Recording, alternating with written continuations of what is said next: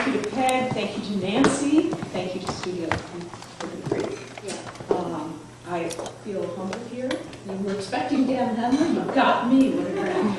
But as the only nonfiction writer here, I hope I hope it'll be fun. So I think I'll start by saying aloha, because I'm going to read from my latest book, which is called Lost Kingdom. It's a history of Hawaii. And I want to tell you a story that relates to tonight's theme of Unforgotten. Early on, when I began researching my book, I feel so short. Okay. When I began researching my book, I had dinner in the city with a friend of mine. And I told him that I was writing a book about Hawaiian history. And he laughed at me. He said, well, that's going to be a short book. There's no history in Hawaii. Okay. You were laughing. Well, I wasn't laughing, my jaw dropped. I grew up here, and at least I knew enough to know that there is history in Hawaii. My dinner companion expressed what Islanders would call a typical Hawaii perspective. Most of you probably know the word Hawaii. It's a white foreigner to the islands. And in my friend's defense, I have to tell you that he is the CEO of a large company in San Francisco. He's got a history degree in American history from Yale. But my guess and what I've learned, I've now been talking about this book for a few months, and what I learned is that a lot of mainlanders do share his view that there's no history in Hawaii.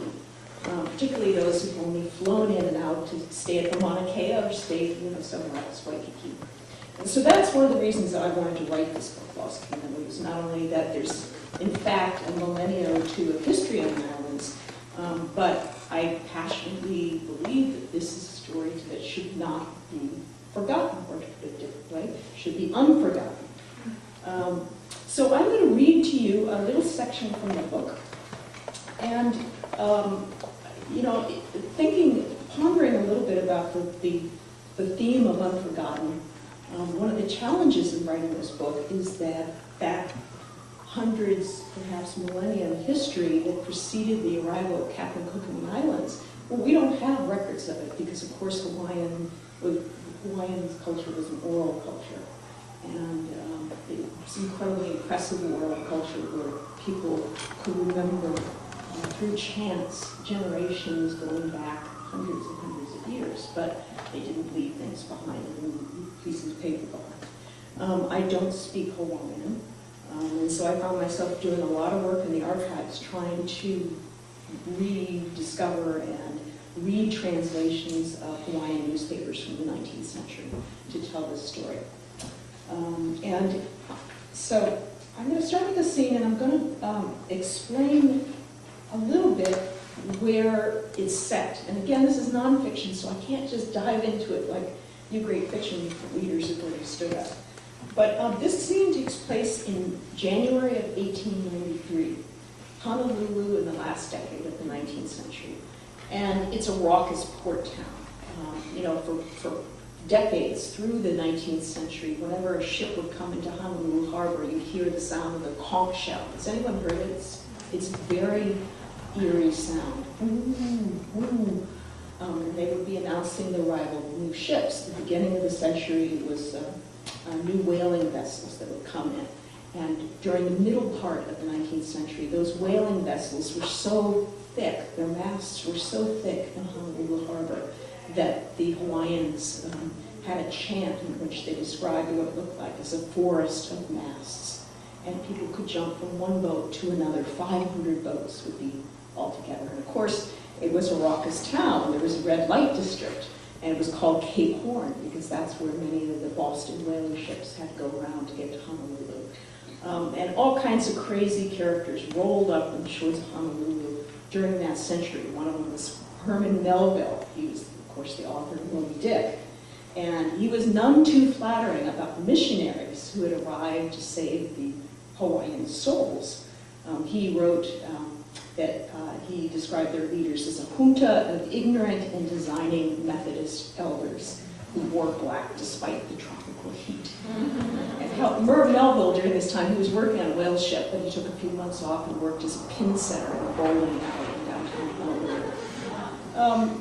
And I mentioned the red light district again. In any case, this. Let's fast forward. That was the middle of the 19th century. This scene takes place, as I mentioned, January of 1893. And the sons and grandsons of those same missionaries who first arrived in 1820, they gathered together, and they're angry and they're armed with rifles.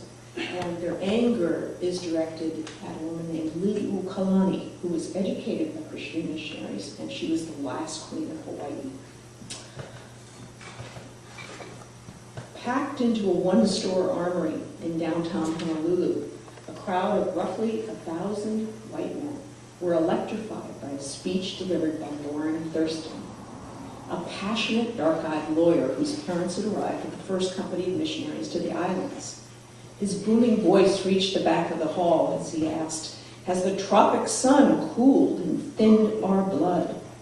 A few hours later, the commander of the USS Boston, a warship stationed in Honolulu Harbor with orders to protect American interests, ordered the landing of 162 American sailors and Marines onto the nearly deserted streets of Honolulu on January 16th at 5 p.m.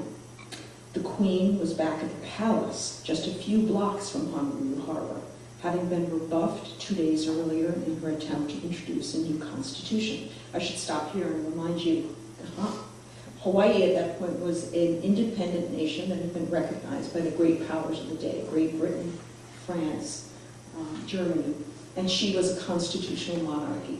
It was based after England's Queen Victoria.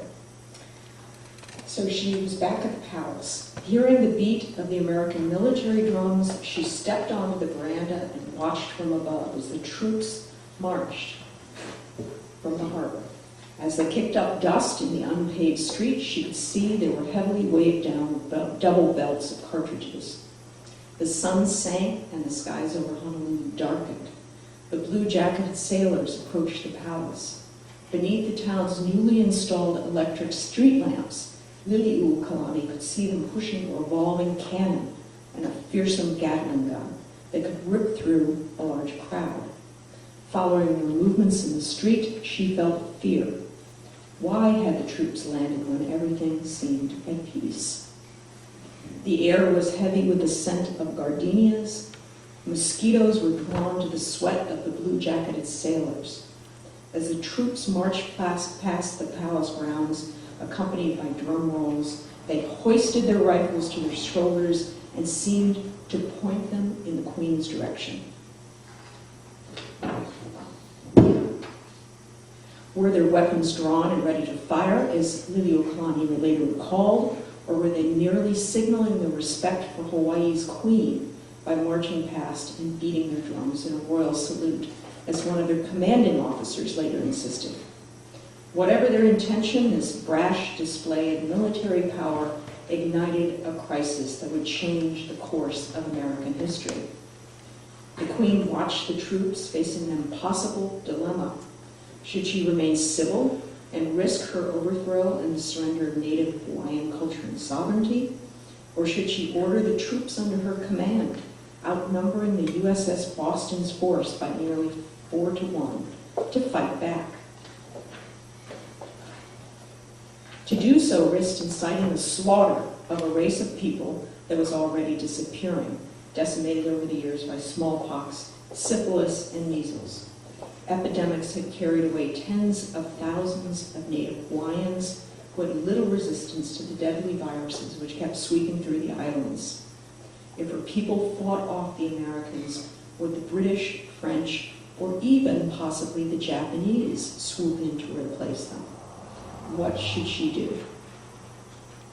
Well, I'm hoping you'll read my book to find out what happens next. Some of you may never guess. But I will tell you, Liliu, which is the name she called herself, was subject to a brutal propaganda campaign on the mainland, including our own San Francisco Chronicle, with some newspapers calling her savage, immoral, and far worse. She was arrested, she was imprisoned, she was found guilty of charges brought against her in the military court. And while all this was happening, she tallied the songs she composed over the years. There were more than 100 of them, including the song that is the most famous Hawaiian song to this day, Aloha Oe. And she found it in her heart during her imprisonment in the palace to compose a hymn of forgiveness towards her enemies. So this theme of Unforgotten, I'll just say one more thing. When I was researching this book, I took 4 years to research and write it. Twice when I was there were attempted takeovers of the palace, which is on the same grounds as the state archives. The most recent one I was not there for, the most recent attempt, and that was during the APEC conference. And Hawaiian sovereignty activists, once again, attempted to take over the palace and bring attention to their cause. And their cause, of course, is the point of view that America snatched this nation and that we, in fact, are colonizers. So I will leave you with that thought, and I really appreciate your attention. Thank you so much.